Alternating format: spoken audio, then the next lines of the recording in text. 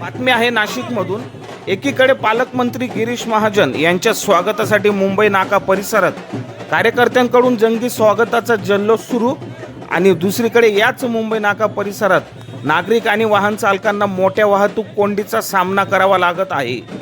महत्त्वाच्या आणि कायम वर्दळीच्या असलेल्या मुंबई नाका परिसरात वाहतुकीचा वेग मंदावल्याने अनेक वाहन चालक ट्रॅफिकमध्ये अडकून पडले।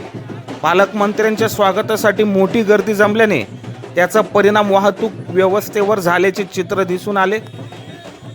पालकमंत्र्यांच्या स्वागताचा उत्साह कायम ठेवतानाच सामान्य नागरिकांचा वेळ, वाहतूक आणि दैनंदिन प्रवास यांचाही विचार होणे गरजेचे आहे, अशी भावना नागरिकांकडून व्यक्त होत आहे।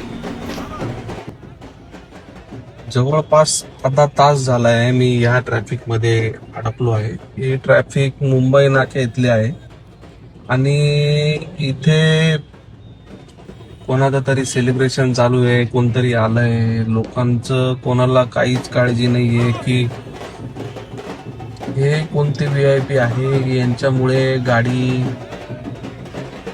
एवढा ट्रॅफिक झालाय। हे VIP कोण आहेत, यांनी इथे गर्दी का केली आहे? मुंबई नाक्याचा परिसर आहे हा आणि पूर्णपणे ट्रॅफिक आहे। चारही साईडनी गाड्या थांबल्या,